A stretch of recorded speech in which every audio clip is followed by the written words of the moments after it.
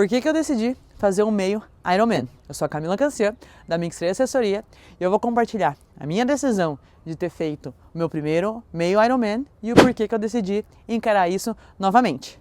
E eu decidi fazer o acompanhamento das minhas semanas e compartilhar aqui a minha experiência de treinos até lá. Vou fazer o meu segundo meio Iron em setembro de 2025.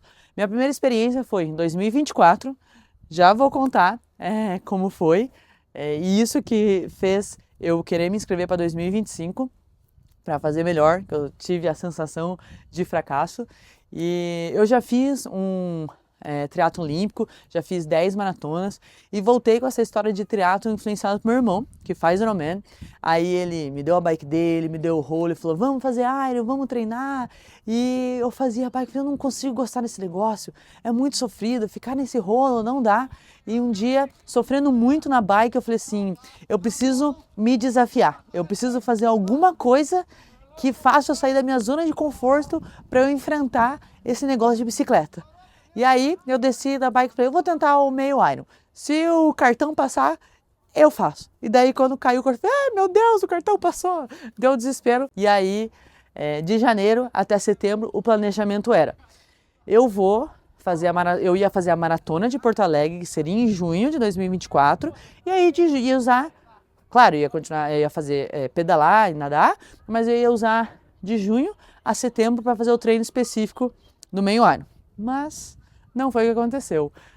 Teve toda aquela enchente em Porto Alegre, acabaram mudando a maratona, então eu tive que fazer a maratona de São Paulo no final de julho, e aí tive que estender os treinos de maratona, então eu não pude focar nos treinos de triatlon e teve que ficar para depois. Então o meu foco era a maratona, porque eu queria um índice, acabei até me inscrevendo e não correndo Boston em 2025, mas isso é papo para outro vídeo.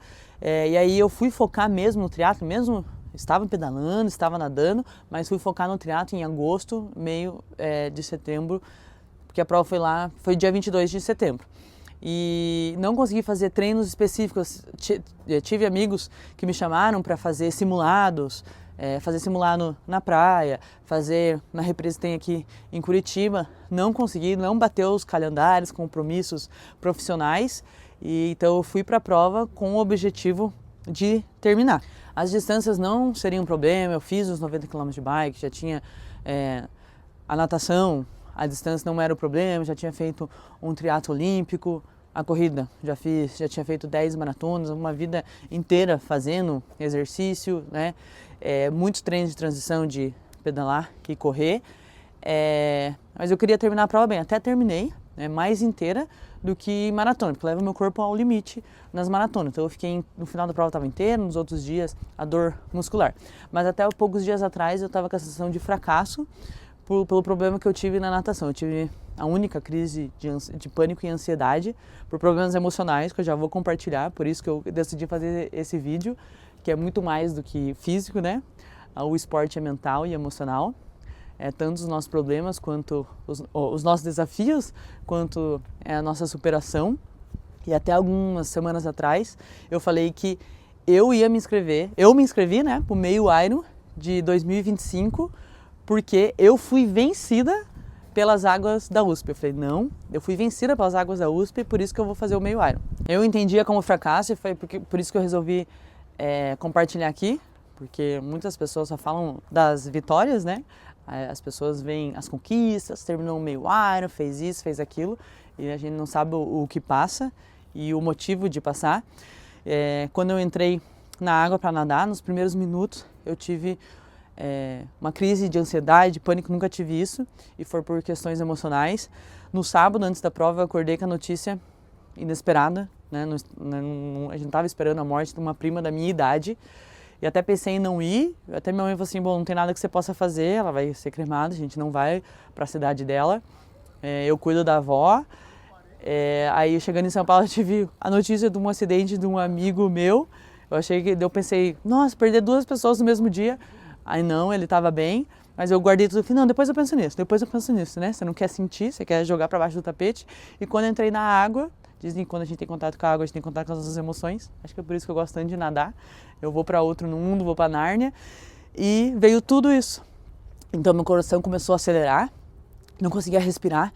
E daí, nadando com o cachorrinho, a primeira coisa que eu vi foi o bote, que daí, né, eles ficam ali, nem lembro se era bote, se era stand-up. E a primeira reação foi ir, mas eu consegui parar e falei, não, calma, deixa eu tentar, eu não posso desistir agora, é tudo que eu fiz para estar aqui, tem pessoas me esperando na linha de chegada, o que eu vou falar? E tentando, mas só que não conseguia respirar, e o coração acelerava, e nadando com o cachorrinho, e as pessoas passando do lado, e não conseguia nem boiar para poder respirar, e tentando respirar fundo, e o coração acelerava e não achava respiração. Naquela semana eu tinha feito meus alunos do 8º ano meditar, eu falei, Camila, faça o que você fala para os seus alunos fazerem. Você fez o 8º ano meditar, agora respira. Eu tentava acalmar, acho que perdeu uns 10 minutos ali. Fiquei tentando nadar cachorrinho, sair do lugar, eu comecei a acalmar, eu falava, 2 braçadas, respira, 2 braçadas. Daí eu falava, 5 braçadas, mais um pouquinho, vamos até a primeira boia. Aí eu consegui ir, mas não fluiu a natação. E uma das coisas que eu pensava, eu tô viva, eu tô aqui, eu vou lutar, eu vou fazer. É o que eu pensava, né? E consegui terminar a natação. Aí na Bahia tinha uns problemas, dor de barriga, fiz umas coisas erradas, deixei o gel no sol para correr, umas coisas erradas, mas eu ficava falando, não, eu fui vencida pelas águas da USP, eu vou fazer o meio Iron para vencer.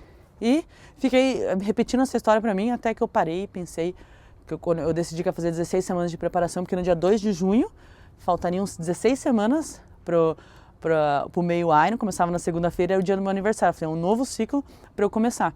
Umas semanas antes, fico reflexiva, falei, não, olha o que você fez, eu consegui terminar, eu não desisti, eu superei uma coisa dessa, eu superei minhas emoções, a minha mente e comecei a olhar de outra forma, que eu falei, não, eu superei, eu terminei, eu fui muito forte de finalizar. Eu terminei meu primeiro meio Iron, eu finalizei, então agora meu objetivo é treinar direito, que eu não consegui treinar no ano passado, só terminei, treinar direito para fazer uma ótima prova. Então eu venci as águas da USP e agora eu quero ir lá e fazer direito. Então é isso que eu quero compartilhar com vocês. Não só o que faz um treino, isso muitas pessoas fazem, você acha na internet, mas o que é? O que eu vou passar nessas 16 semanas? O que eu vou sentir?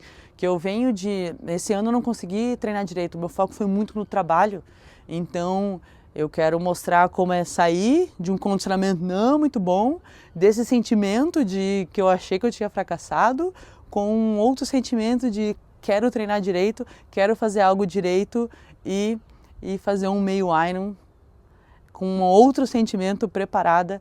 E vamos ver se o planejamento dessa vez sai como eu quero. Fica comigo e me acompanha nessas 16 semanas.